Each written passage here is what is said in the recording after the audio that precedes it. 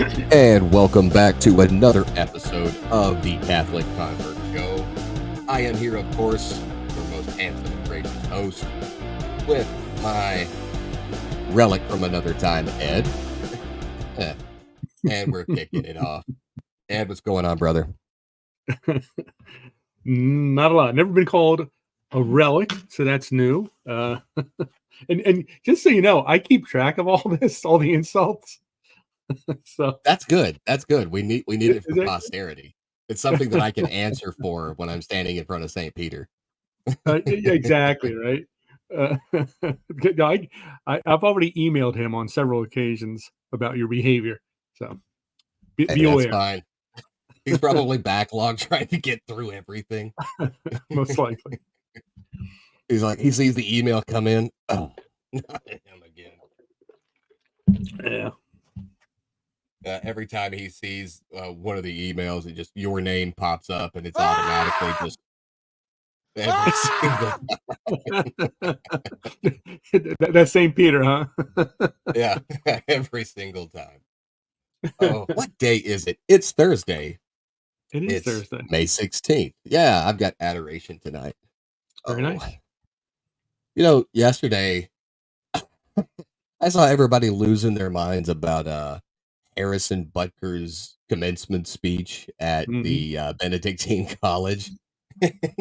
Look, it, it kind of ties into what we were talking about yesterday with everyone finding something to get angry about. I mean, the man is standing in front of a Catholic or in a Catholic college in front of people that are graduating with a degree that came from a Catholic centered education. And he gets up there and he starts talking about basic, and I'm talking basic Catholic ideology, or not even really ideology, just basic Catholic beliefs. And, that a woman's worth is most in the home, being in service to her family, being in service to God. I don't understand how that's controversial. He did not say that women were not worth anything if they were in the career world. There's plenty of women out there with jobs, and quite frankly, I need them to keep those jobs because they're holding up the economy just like every other working stiff out there. So please keep doing that.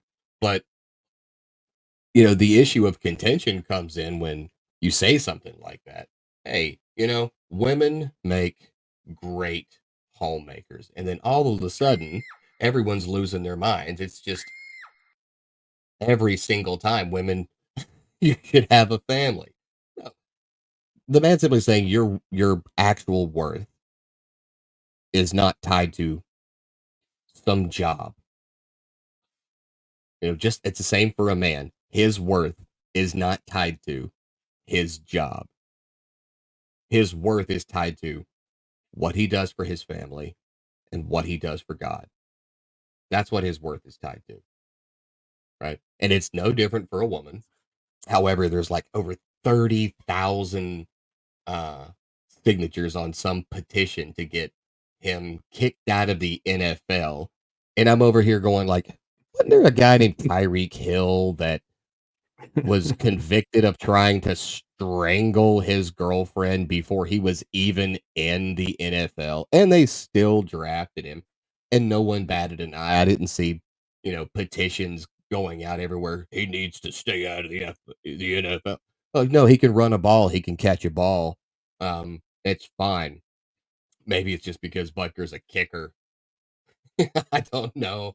But I mean, I don't follow the NFL, but the news is all over the place with it, and he rails against women and like, no, he just reminded women to not place their worth in some career when real value is when it goes towards family, being a wife, being a mother. And it's the same thing, being a husband, being a father. It's no different. But because he didn't make that extra distinction that I just made, it's that you hate pancakes if you say you like waffles kind of mentality. Oh, well, you also left out crepes, you bigot. you know? But dude, people are losing their mind over it, and I don't understand it. And most of the people I see talking about it are like these huge Taylor Swift fans, and I'm like, you know what? As soon as Tay-Tay releases another mediocre album, they'll all be fine. She can even sing about this guy, you know. But Yeah, right. dude, Yeah, right. they're nuts. They're losing their minds, and it's just listen, lady, Stop listen. screaming. Your blood tastes Stop screaming. Somebody's got a new toy. A new toy, and I It's love crazy, right? It's crazy. And of course, the positive responses I saw on social media were, okay, so let me get this straight. A Catholic football player is speaking at a Catholic university to Catholic students, talking about Catholic morals, Catholic issues, and everyone's losing their mind over it. And it's funny you mentioned the um the petition. It's on change.org, and it says that he needs to be removed because of his dehumanizing comments. Dehumanizing. I mean, these are the same people that don't bat an eye about 1 million abortions every year. That's certainly not dehumanizing, is it? It's it baffles me. It just I don't get it. I mean, the people that cry the loudest about you have to let us say our piece because of the existence of free speech are the people who cry the loudest about you have to shut down the people whose speech I don't agree with. And I mean, imagine that. Imagine them saying that he needs to lose his job as a place kicker because he respects all life, male, female, in the womb, out of the womb, in the kitchen, in the living room, wherever it is. He needs to lose his job because that. I mean, it's just we have lost our collective minds in this world. It's everything I disagree with is literally Hitler. yeah, yeah, exactly. I mean, come on.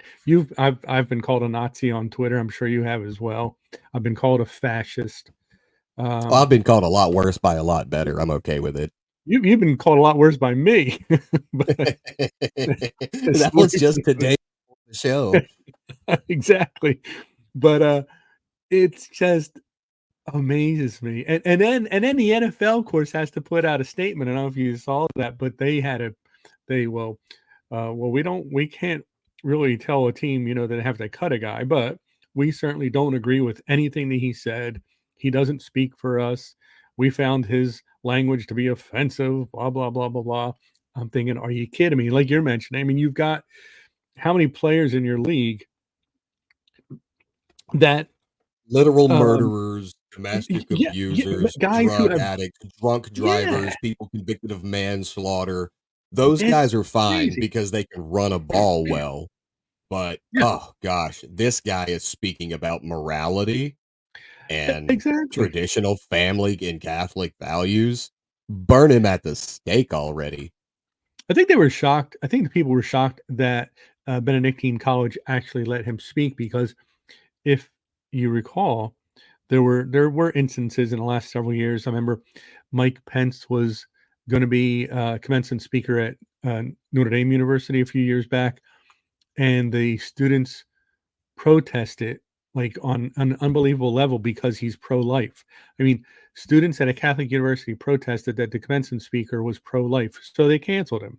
They got someone else, and then some years earlier than that, Obama spoke at America University, which is a Catholic university, and they had to in the auditorium where he spoke, there was a crucifix on the wall, and they had to cover the crucifix while he was there.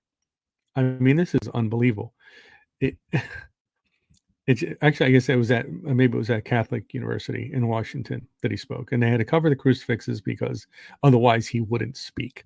Um, it's like I said earlier, it's the people that cry the loudest for freedom of speech that want the speech of certain people suppressed.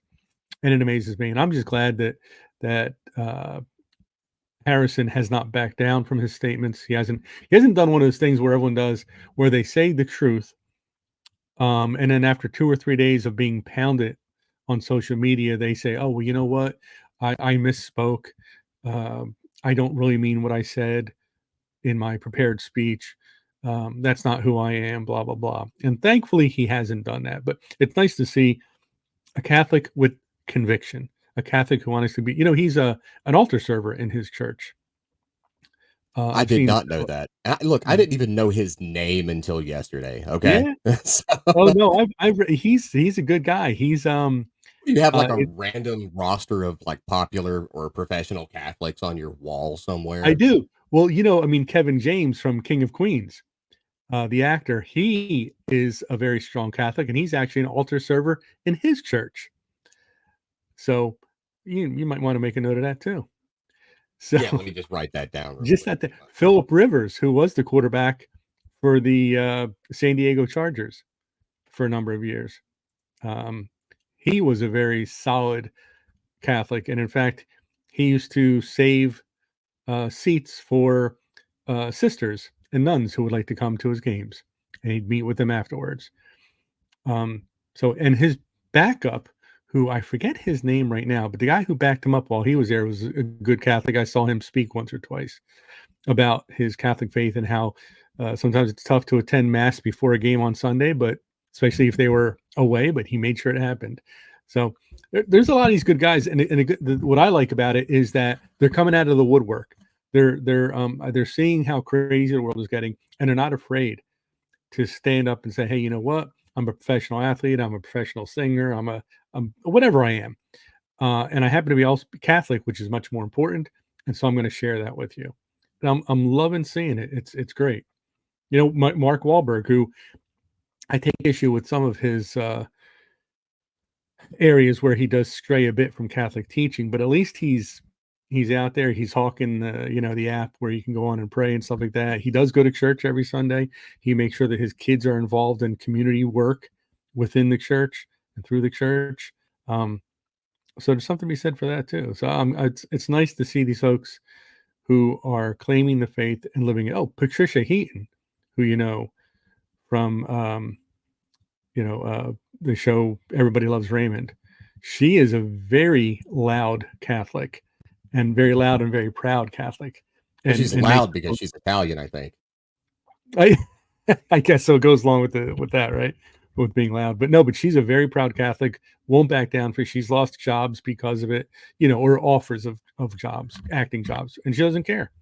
She says being Catholic is Uh, much more yeah, important. I don't understand why anyone would ever apologize for absolutely anything they've ever said that's based on their personal beliefs, right? Um, this is especially towards comedians, and people get so butthurt about some of the comedians.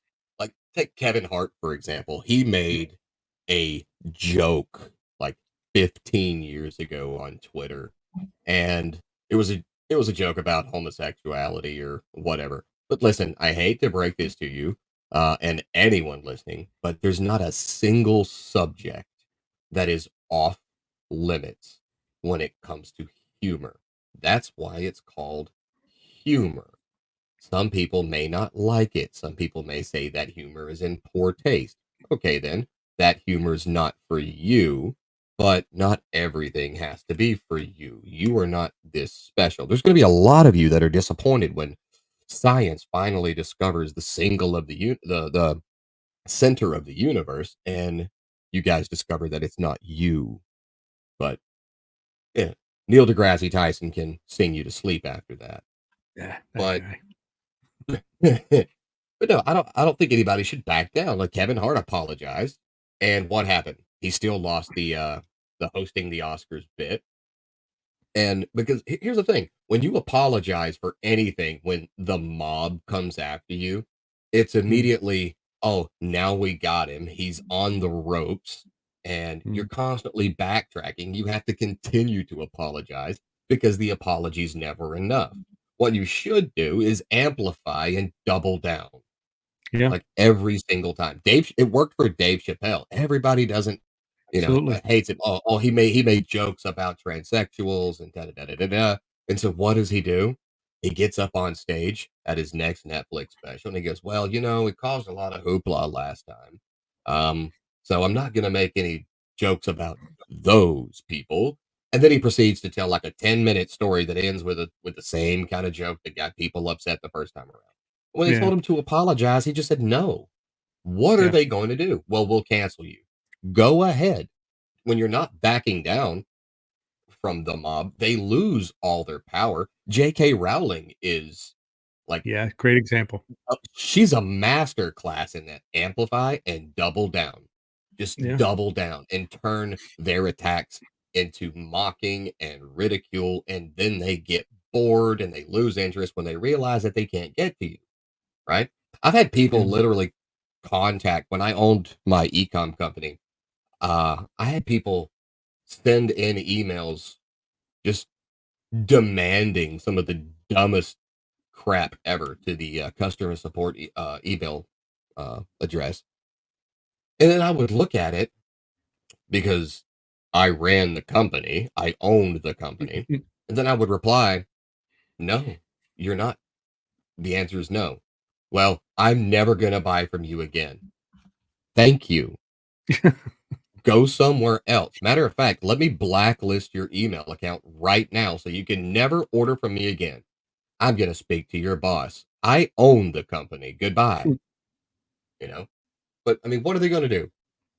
They're going to get mad. They're going to say, "Well, we need to cancel this guy." Well, yeah. what are you going to do to cancel him? You're going to tell people that don't really care, that people who probably don't already watch NFL games, that don't watch the NFL. Okay, they already don't.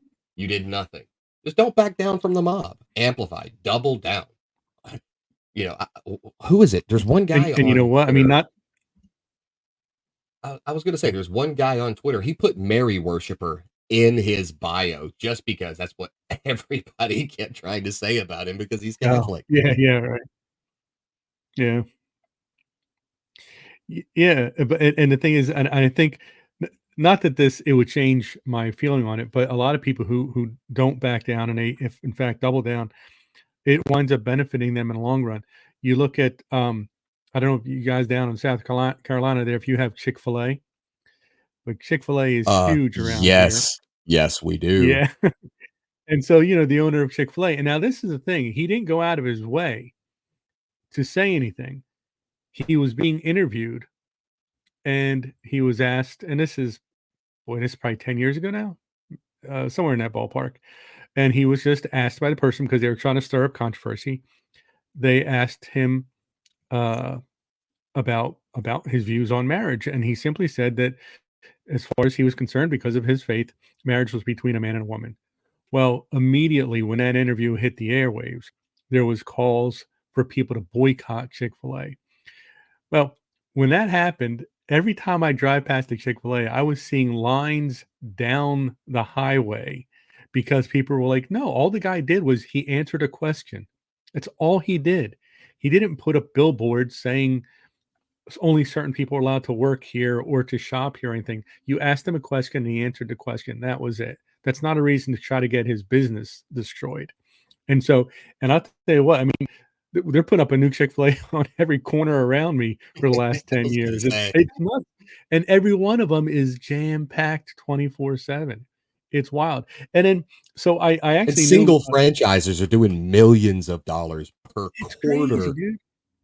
Yeah, and then the thing is that, and I actually knew a young lady who was, through Facebook and then things like that, was pushing for these boycotts. Now, she's Catholic. So, you have to factor that in, which blows me away that she had a problem with what he said. But she was just, she was yelling at me basically saying, "I can't believe you would support." I said, "I'm not supporting anything. I'm just saying, he has a right to answer the question in the manner that he sees fit." And she's like, "Oh, no, you have to boycott them." But anyway, I said, "Well, you might want to look into the political, religious, and social beliefs of every place that you do business with the local Piggly Wiggly or Stuckey's or you know, Acme or ShopRite or every place you shop, everywhere you eat, every restaurant, every pizza place, you better find out what their views are because I will guarantee you every owner, there will be something that they believe that you do not, something that you find fault with. And so you're going to, what are you going to do? You're going to sit in your house and never buy another product, never have another plumber come and fix anything, never do anything because you're going to find fault with something. I mean, that's called life. And so Yeah. I don't understand these things. And listen, there are places that I won't shop because they pump tons of money into Planned Parenthood or something like that. But that's my choice. It's my decision. I don't make a big deal about it. I don't go on Facebook and say, everybody better join me in this. I make a personal decision. I'm not going to support someone who supports the slaughter of innocent children. But that's just me. So go ahead, boycott, boycott the Kansas City Chiefs, boycott Chick-fil-A, do your best or your worst, whatever it is. I don't think it's going to go anywhere. No, dude. What's funny is I order Chick-fil-A a lot because you give me the spicy chicken sandwiches with the waffle fries and a large Sunjoy, and that is my jam. Now, I'm also lazy about driving to pick anything up. I will pay extra for DoorDash, Grubhub, but Chick-fil-A delivers. Here's what's hilarious. Yeah. I've had a handful of different drivers show up at my house.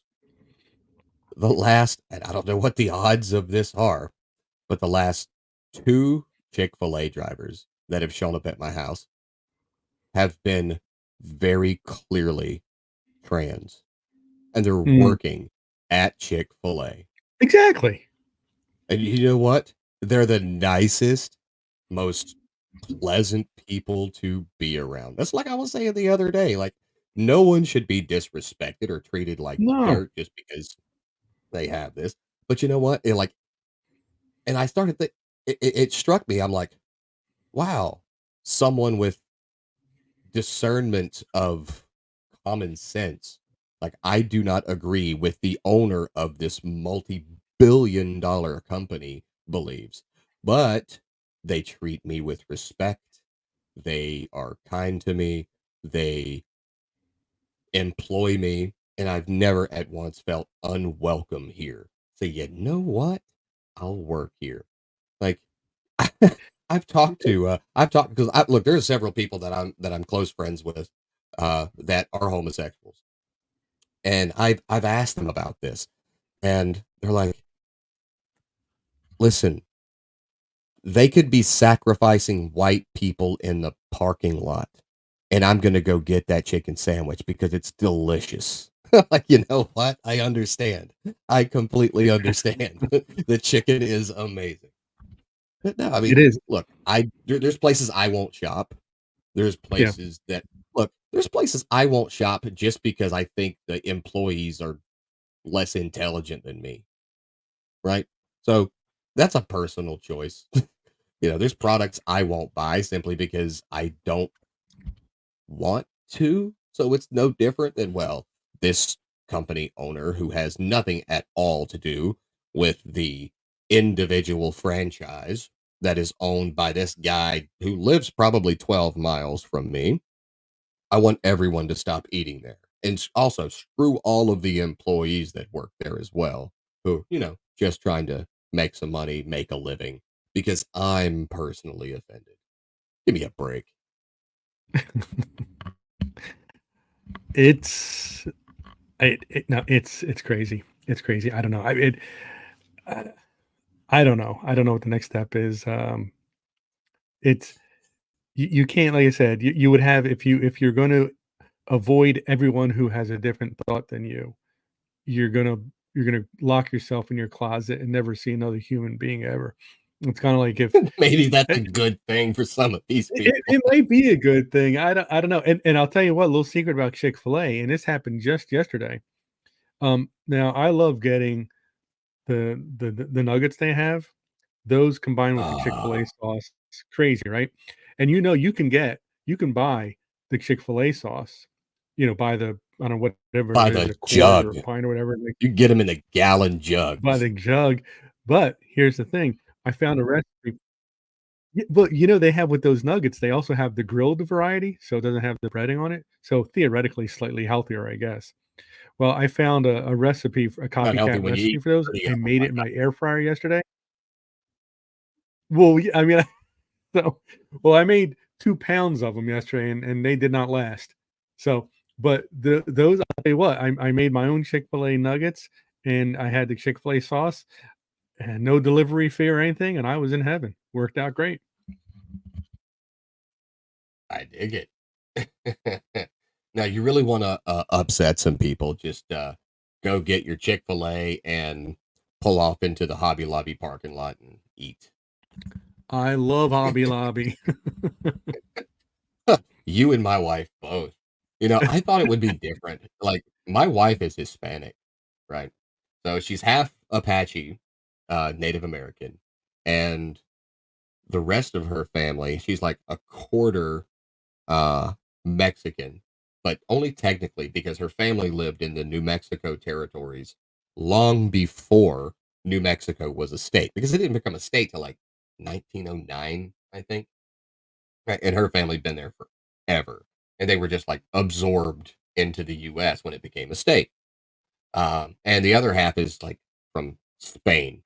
So I was thinking, you know what? She's gonna know how to dance. She's gonna know how to cook. She's gonna be willing to stab somebody for me in a fight. You know, all of these things. I've hit the jackpot, and she's 4'11", so it's like ah, you know, that's it. I'm in love. I met her when I was 18 and she was 24, and I still convinced her to go out with me. 20 years later, here we are. But uh, she has this uncanny ability to say, I'll be out in 10 minutes when she's in Hobby Lobby. And then I've collected 3 Social Security checks by the time she gets back to the car. And so, as much as I don't like going into Hobby Lobby, if I do go into the store with her, then I spend less money because she's like, "Oh, well, he's beside me. I'm not gonna throw this into the cart. I'm not gonna throw this into the cart." Now, I mean, look, I don't have a problem with her going or spending money there because she makes custom veils for the ladies at church and their daughters. She's done like a billion and one sets of like skirts and dresses for our daughter. And she's very talented with a sewing machine, needle and thread, all that other. But she's also the kind that every single season, my house gets a little bit smaller because every season she redecorates, and that includes painting. So I could take like a box cutter to my wall, and it'll be like a layer of paint this thick that's been accumulated over the past 10 years we've been in this house. Bec- oh, I get more floor space if we strip some of the paint. But dude, Hobby Lobby is one of those where I'm like, I'm gonna do like a 2-hour trip in there in January to get everything for the following Christmas. And then I'm never stepping foot back in there again unless it's to make sure my wife doesn't spend more than I would like her to. So you and me are on opposite ends of the Wi spectrum on Dude, the Hobby I Lobby. yeah, I could camp out on there. It's great. Well, every week, half of the store is on sale, and it flip-flops every week. So, if you go in there and you find something that you want, you just gotta wait 3 or 4 days, and it's gonna be half off. I mean, come on, Jeff. You can't beat that. And then you go in at if anything survives past whatever holiday, it goes unbelievably cheap. I've got in a box right behind me here, I got a bunch of stuff I got right after Easter, stuff that was originally $36 and I got it for like 84 cents. I mean, you can't beat But that why? You don't need it. because it was on sale. It was on clearance. Come on. Oh, uh, yeah, you could stay away from my wife. I don't need you Oh, we'd be influencing dangerous. her. Yeah, we'd be dangerous. Why can't you be more like Ed? I'm like, you want me to be like Ed? I'm like, come on. Everybody No, wants to be like it. no. So for everybody watching, listening, Me and Ed were talking yesterday, and we came up with an idea for a new segment for the show, and I've decided to name it Old Relics with an Old Relic. All right, I'm out of here. Very nice, very nice.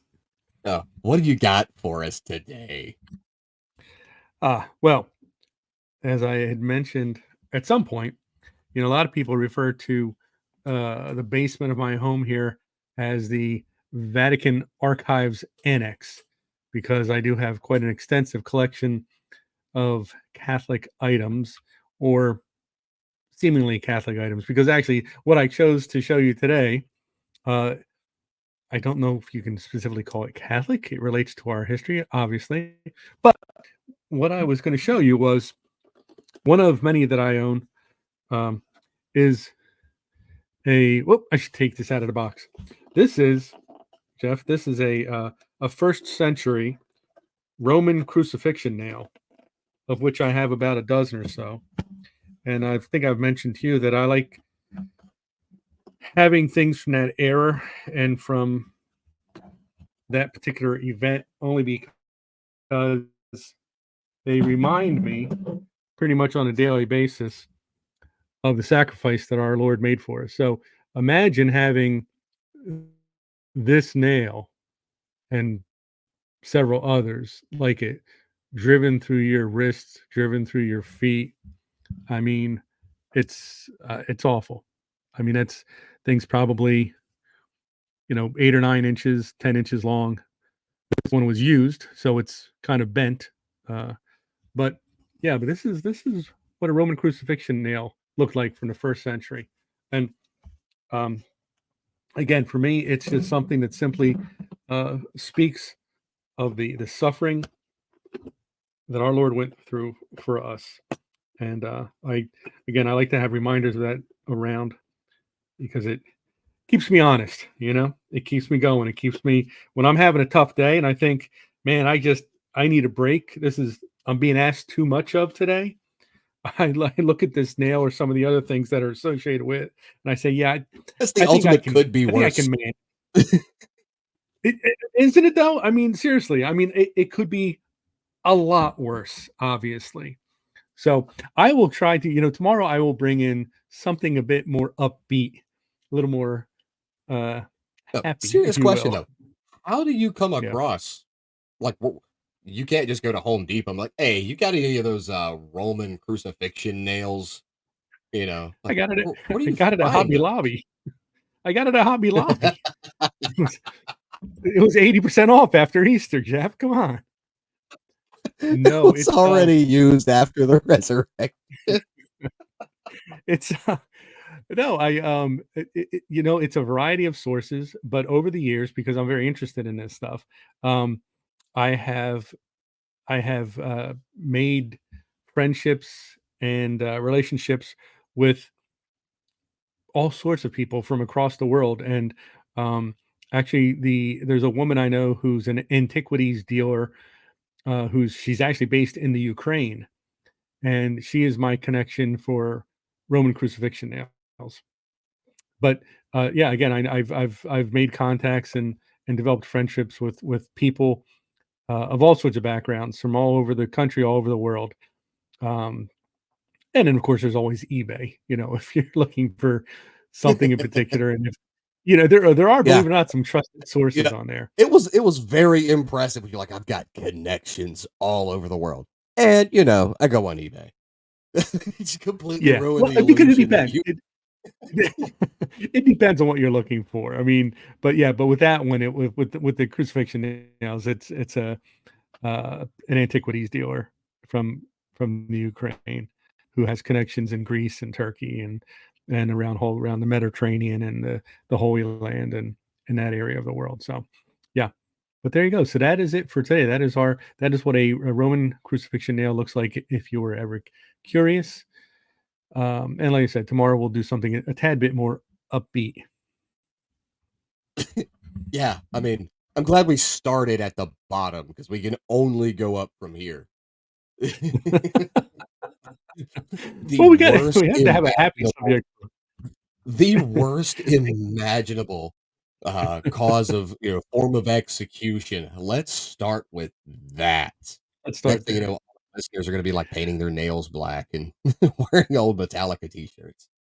We Well, we started you know at the bottom. we can we'll have a theme for every day. Thursdays will be terrible Thursdays, and then It's terrible tomorrow every will be day. happy. It'll be Fiesta Friday or something like that, and we'll do something. We'll put more. Yeah, exactly. Yeah, and he's gonna bring up some maracas that were, used by, Juan Diego for Fiesta Friday. Hey, hey, don't think I don't have those. Nice. Oh, man. No, those things are cool, man. No, I've never seen a Roman crucifixion now, at least to my knowledge, because it's not something that frequents my Google searches, and I don't have all these, uh, impressive connections with antiquity dealers on, eBay. I don't have all those, but that thing is massive, and I think for the most part, I always kind of imagined like a railroad spike, but obviously it would be a little thinner, which that was, and tapered. No, I've never seen one. I don't think I yeah, no. I was gonna say, I don't think I've ever even considered trying to figure out what those nails look like. Like, my rosary right here, it's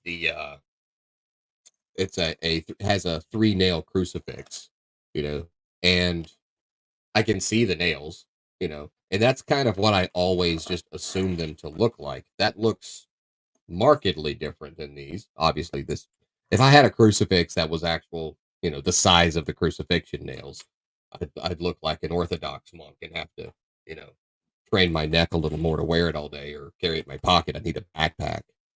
But no, I've never seen one, and it really does make you think of just how horribly painful crucifixion had to be. You know, there was obviously the torture that happened before. There was the fact that you're suffocating because your arms pulled up over your head. You've got all that pressure on your lungs. And then, if I'm not mistaken, oh, they're not dead yet. Go break their legs so they suffocate quicker, and all that extra added weight is, pushed onto their lungs because, they're still managing to stand, or support their weight, you know? So, yeah, it's definitely not something that I would ever want to experience. I'm glad that Christ did it all for me, but yeah, it's actually just one of the most brutal things ever. That's why I was saying, a couple of weeks ago when you and I were talking, I love Passion of the Christ, the Mel Gibson, Jim Caviezel film, but it is so hard to watch. And they did a really great job. Mel Gibson did a really great job depicting the, Christ passion, and the crucifixion. But again, it's just cinema, it's just Hollywood, right? But when you're sitting there holding that giant nail up to the camera, it's like, holy crap, man. You know? But but I do like the fact that people call your basement the Vatican, Archive Annex, you know? Well, Who's it's probably funny thinking because of the post we're looking for, and he's like, "Oh, it's in Ed's basement." they yeah, I mean, I do have the entire True Cross down there. Don't tell anyone, but, no, it's great because like, when I'll do Bible studies and things like that, and depending on what the topic is, I have something probably that relates to it, and so I will set up 1, 2, 3 8-foot long tables together to display something that has something to do with what we're discussing. So, and it does, I've had people tell me that it's just like showing you that nail. It makes it real. It's like, oh, so this is what our Lord had in his wrists. This is what he had in his ankles. It's the same thing if I have documents that were handled by a pope 300, 400 years ago. You're like, wow, this was, you know, Leo the 13th was reading this. It's crazy, but like I said, it just makes it real. Um, and I need. Hey, listen, I'm not the brightest guy in the world. I need stuff like that to make the faith come alive for me.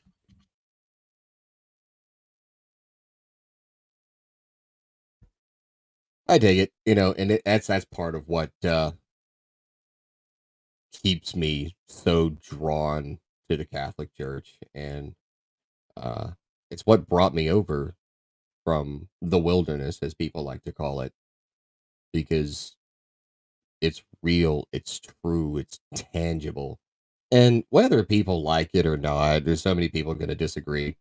There is, for any religion, there has to be a physical element to it because we're humans. Our spirituality is, it's like trying to get cell signal when you're driving through a tunnel. It's terrible, right?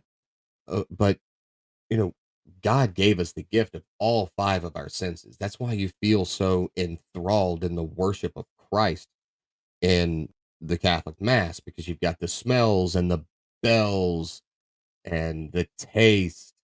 You've got all of that. And it fully envelops you as a human, right?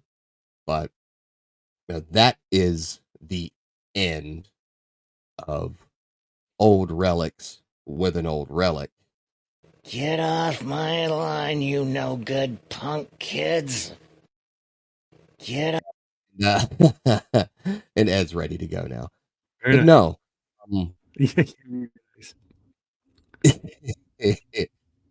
but no, there's a physical. Keep it between us, but I I, do actually have the Holy Grail. I was just gonna ask you if you had the Ark of the Covenant down there. They thought they lost it in Solomon's tunnels, and that it may still be in one of the hundreds of still unexplored It's tunnels. it's no, it's in South Jersey.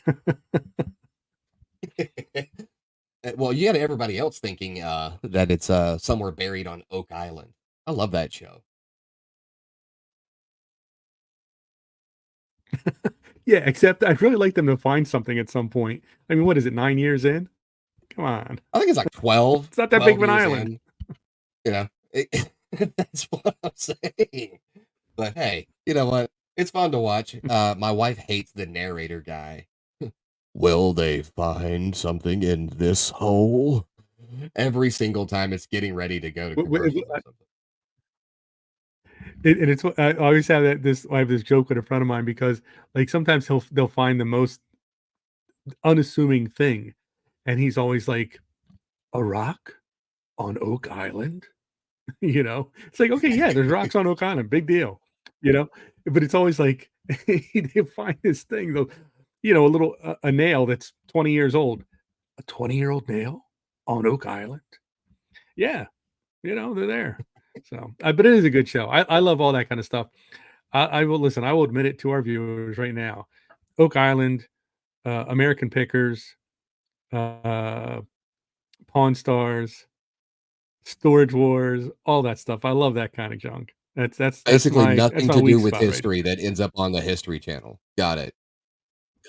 Well, yeah, yeah, okay. The History Channel, and there's no history, and it's kind of like TLC, which is used to stand for the Learning Channel, and they have they have the biggest pile of garbage on that thing.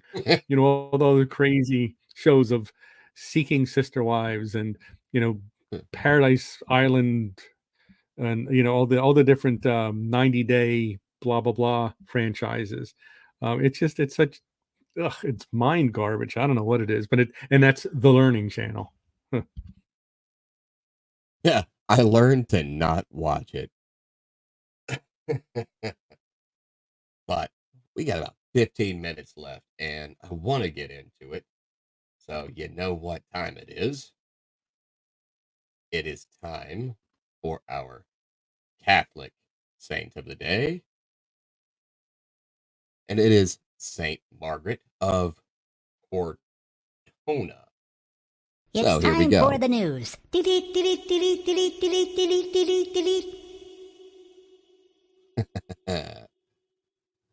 Saint Margaret of born in the year 1247 and died in the year 1297. Margaret was born of to farming parents in Laviano, Tuscany, and her mother died when she was 7. The life with her stepmother was difficult. She ended up leaving, which I can relate to. Not with a stepmother, though. Don't have one of those. But, life gets difficult when you live with women. For 9 years, she lived with Arsenio, this man named Arsenio. And even though they were not married, she bore him a son. And in those years, she had doubts about her situation, somewhat like uh, St. Augustine. She prayed for purity, just not yet. But one day, she was waiting for Arsenio, not Arsenio Hall. He came later and was met by his dog. And the animal led Margaret into the forest where she found that Arsenio had been murdered. And the crime shocked Margaret into a life of penance. She and her son returned to Laviano, where she was not well received by her stepmother. And then they went to Cortona, where her son eventually became a friar. In the year 1277, 3 years after her conversion, she became a Franciscan tertiary. And under the direction of her confessor, who sometimes had to order her to moderate her self denial, she pursued a life of prayer and penance at Cortona. And it was there she established a hospital and founded a congregation of tertiary sisters. The poor and humble Margaret was, like Francis, devoted to the Eucharist and to the Passion of Jesus. Now, these devotions fueled her great charity and drew sinners to her for advice and inspiration. She was canonized in 1728, and her liturgical feast day is February 22nd. That's wild when you have to have someone moderate your self denial. And I'm guessing that means he was fasting too long, and her confessor, the priest was like, sister, you need to eat. It's been 3 months. You need to eat. Something. I'm guessing that's what it meant. But that's hey, if you got to hit some point in your life that shocks you into a conversion, seeing someone murdered, might do it.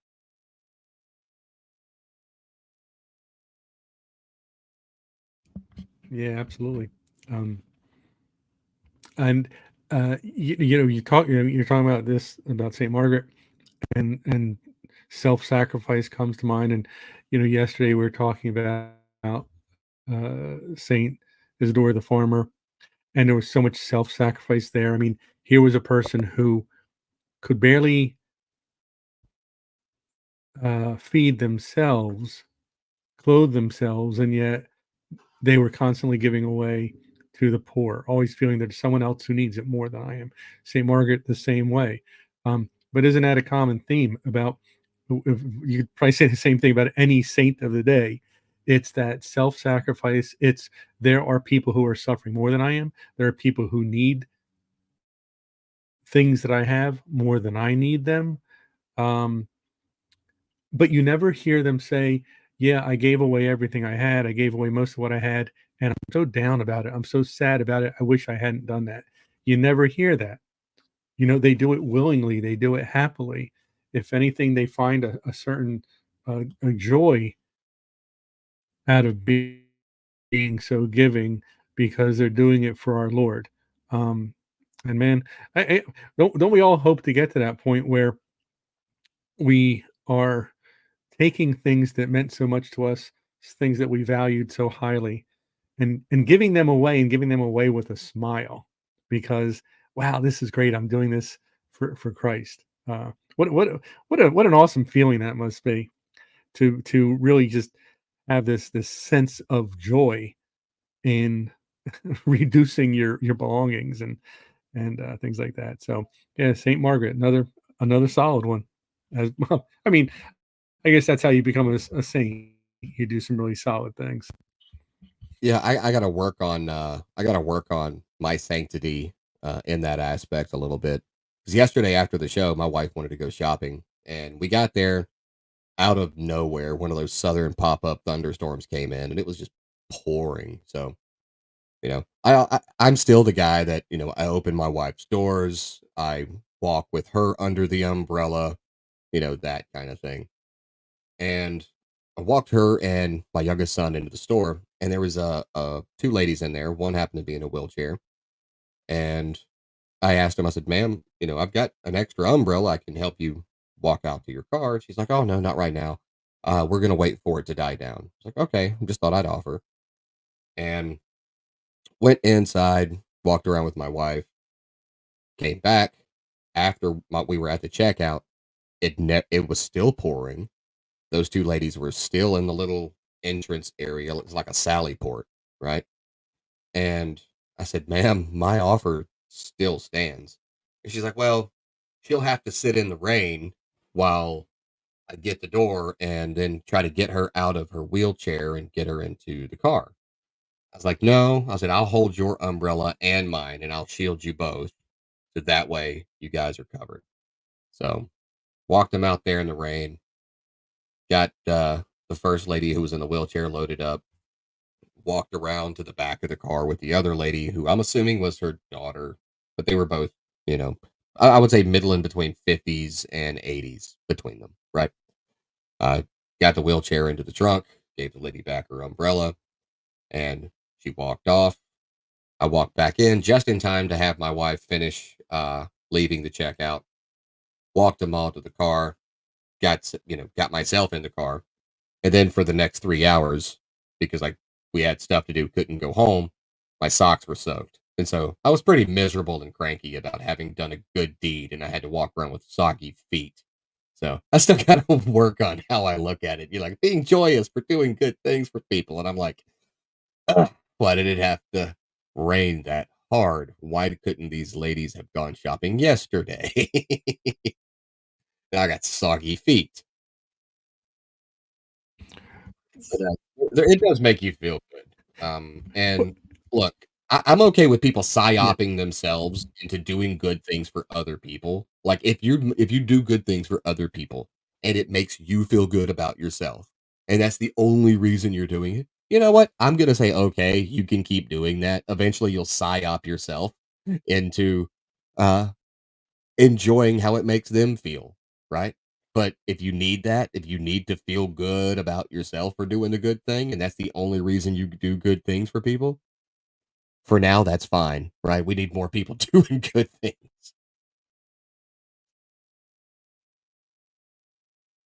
yeah, for sure. But so yeah, so what you're telling us then, Jeff, is you're not quite a saint yet. You're working on it, No, but no, you're no, not no. quite there. Still Is working that the on it. message? Still working on it.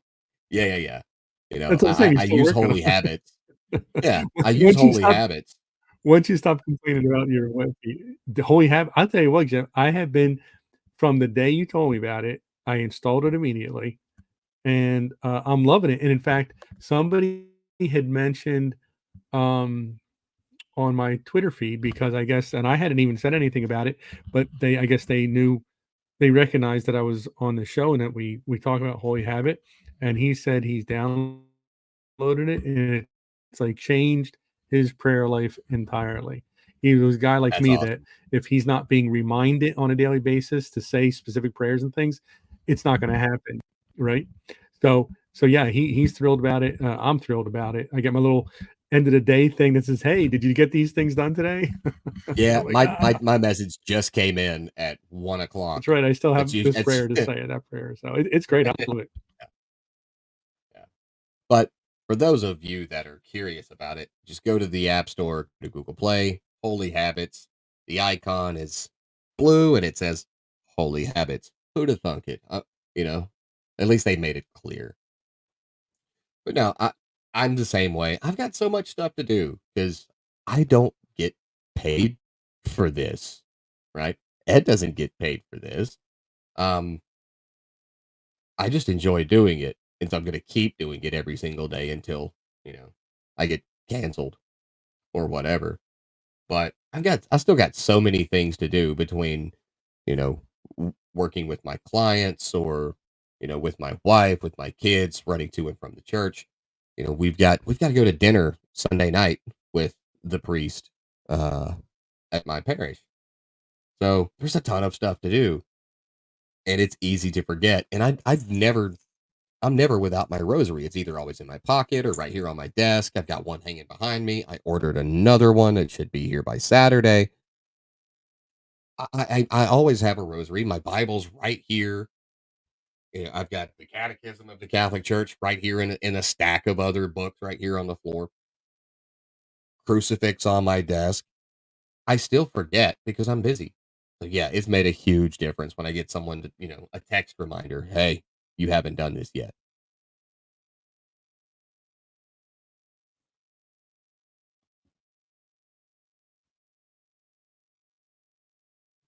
We've entered the delay phase. Internet's fine until we get towards the end of the day, and then there's that huge delay where I'm gonna start sending Pony Express riders over to Ed. He probably knows them.